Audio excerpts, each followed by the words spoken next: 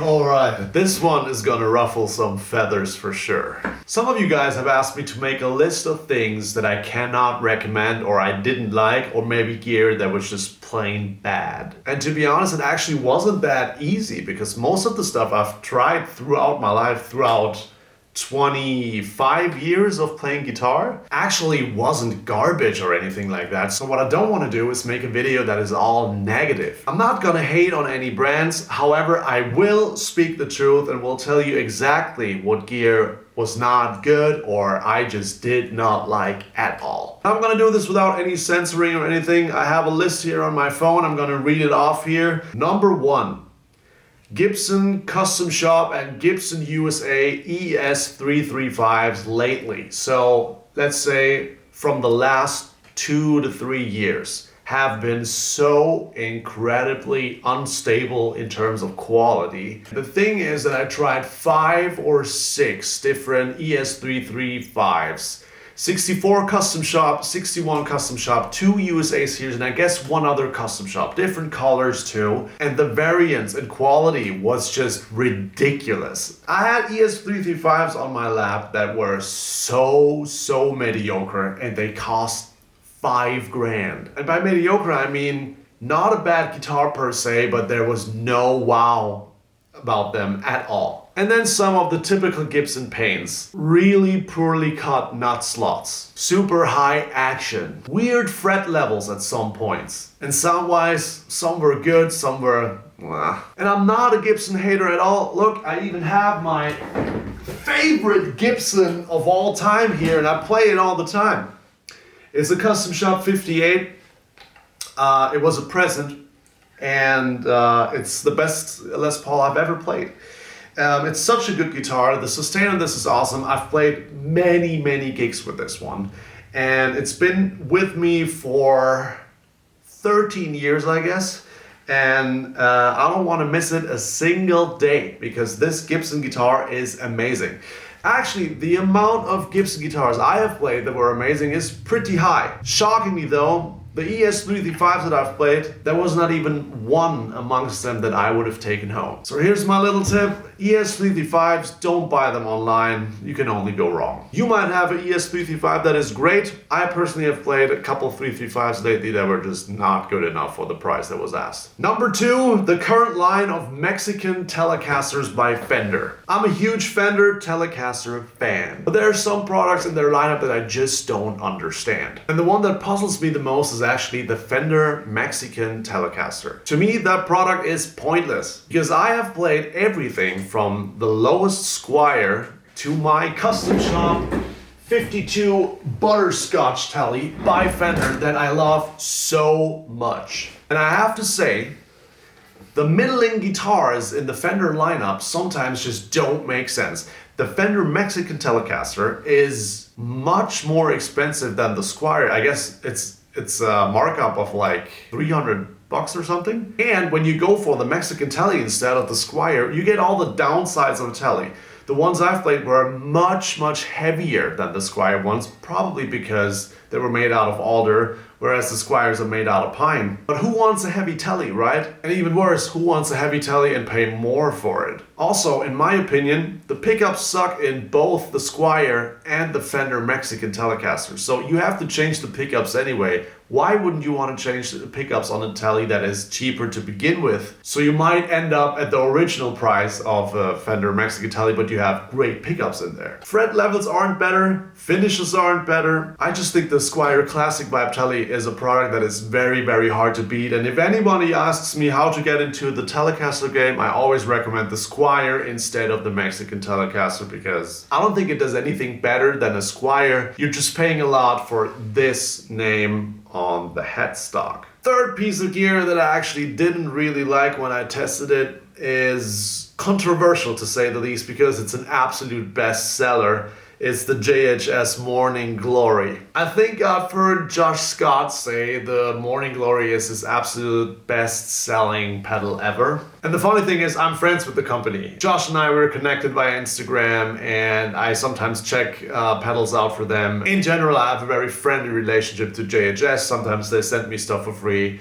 But this is my honest opinion, so in all honesty, the JHS Morning Glory never actually was a pedal for me. Not saying that it's bad, not saying that it's poorly built, it's just I don't understand what it does, to be honest. I understand a lot of people use it as the always-on pedal on their pedal board, but for me it just didn't do it. I just put it on, I tried with a couple different profiles, I tried with an amp, and I was like, I don't get it. So to stress that again, it's a good product in the sense that it's very well made and a lot of people like it, and the build quality of JHS is perfect. It has a sound that to me really doesn't do a lot and doesn't justify the price at all. I do like a lot of other JHS pedals though, not a clone. The JHS Moonshine is my absolute favorite solo boost pedal ever because it has a cleanup. I love it. But the Morning Glory is not for me. I don't understand what it does. I don't get it. I don't get what other people like about it. To me, it's just not really a difference maker. Let's just put it that way. Fourth piece of gear that I never really liked, and I actually do think it's garbage, is by this brand, Marshall. Huge Marshall fan here. I'm not hating on the brand or anything. Actually, right over there, I have an original 87 Silver Jubilee. The followers of my channel know that. I love that thing. I deify it. It's a great Marshall sound. To me, it's the essence of like a raunchy rock sound. And I love the brand. I love Marshall. But the Marshall Vintage Modern is absolute garbage. Here's the story. I had a Bogner Shiva silver panel, and I believe only the first 200 or 300 Shivas had silver panels. Very, very rare. They had some issues on their own, but the sound of the silver panel Shivas was absolutely awesome. But I was very young, I think it was 19 at the time or so, and I, for some reason, thought I don't need the Shiva anymore, I want the Marshall sound again. So I sold the Shiva and got the amp that was en vogue at the time, which was the Marshall Vintage Modern. Real bonehead move on my side, I agree. And guys, no kidding, I was convinced it was broken. It sounded absolutely anemic. It sounded like garbage. So much so that I took it to an amp tech and had it checked out. And the amp tech was like, no, your amp is totally fine. That's just how it sounds. And I'm like, no way. And I sold it like a week later. Nothing about that amp makes sense. It has the two different gain knobs that don't really make sense. The effects loop is absolutely atrocious. It sounds plain bad. And all it was really good for was a clean platform for pedals. Because as soon as you turn up the gain, it sounded awful. So the Marshall Vintage Modern for me, total flop. I think it's a garbage piece of gear. I don't think you should buy it. I just think you're way better off buying one of the Silver Jubilee reissues.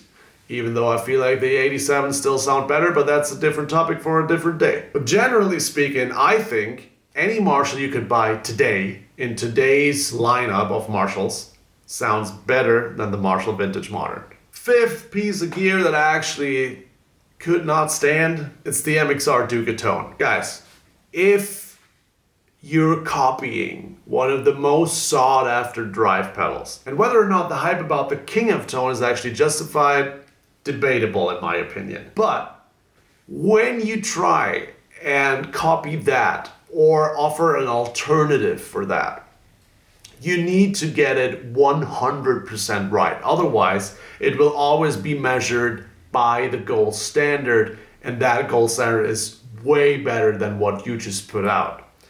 In other words, the Duke of Tone, I had it here, and it just didn't deliver at all. It sounded like every other drive pedal, and the King of Tone doesn't. I understand it's a good option for people that don't have a lot of space on their pedal board, want a small pedal board, just want a simple solution and a good sounding drive, that's fine. But if you use the colors of the original pedal, you name it Duke of Tone, then I think you just need to deliver. And to me, the Duke of Tone didn't. Maybe you like it, that's fine. I didn't think it was up to par with the originals at all. Can't recommend it, but opinions are different and we all hear things differently.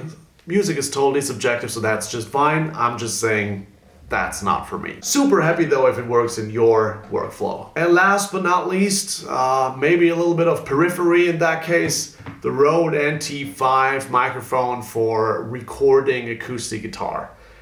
This microphone has probably been sold over 1 million times to people who use it for overheads or acoustic guitars and all that stuff. It's actually being recommended for use with acoustic guitars. When I use it and try to record my Martin DH28, that thing sounded absolutely awful, but it sounds great in this room.